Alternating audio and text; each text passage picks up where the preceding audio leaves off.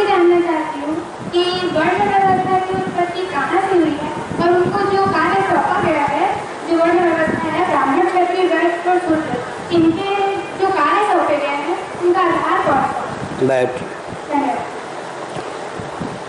जिन्होंने आपको मानसरोवर का उत्तर दिया उनका अभिप्राय यह था, सन्यासियों की भूमि काशी में गंगा जी हैं, गंगा जी में स्नान करके ही आप कृतार्थ हो सकते हैं। आपको मानसरोवर जाकर इतना थकान, इतने रुपये खर्च करने की क्या आवश्यकता हो गया। उनका भाव ये था। काशी में आप हैं, सन्यासियों के बीच में हैं, काशी का अर्थ हो गया गंगा जी आपको सुलभ हैं। उन्होंने गंगा जी को ही सन्यासी बना दिया। गंगा जी में गोता लगाइए, उसी से आपका उद्धार हो जाएगा।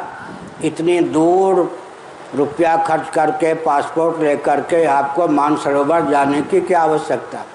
जिन्होंने उत्तर दिया उनका अभिप्राय था, जहाँ हैं वहीं आपका पूर्ण उद्धार हो सकता है, आपको दूर जाने की क्या आवश्यकता। हो गया। अब वो आधार क्या है?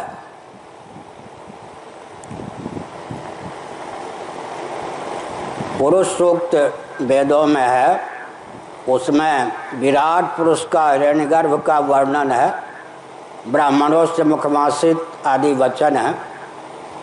वर्णम व्यवस्था अनादिकाल से है और जीवों के भोग्य के लिए सृष्टि अनंत काल तक चलती रहेगी।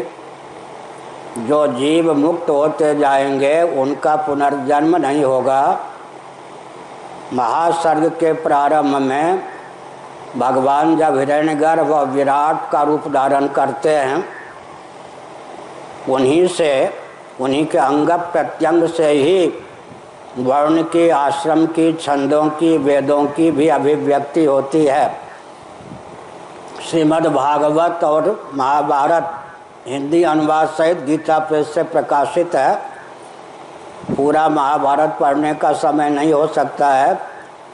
शांति पर्व, अनुशासन पर्व, दो पर्व में विस्तार पूर्वक विराट पुरुष के शरीर से किसकी अभिव्यक्ति हुई, श्रीमद् भागवत के दूसरे और तीसरे स्कंद में आपके प्रश्न का विस्तार पूर्वक उत्तर दिया गया है।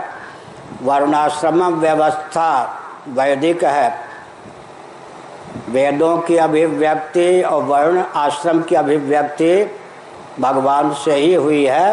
ये सब अनादि हैं। वेद भी अनादि, वर्ण व्यवस्था भी अनादि और वर्णोचित कर्म भी अनादि ही हैं। आगे एक प्रश्न और फिर चले।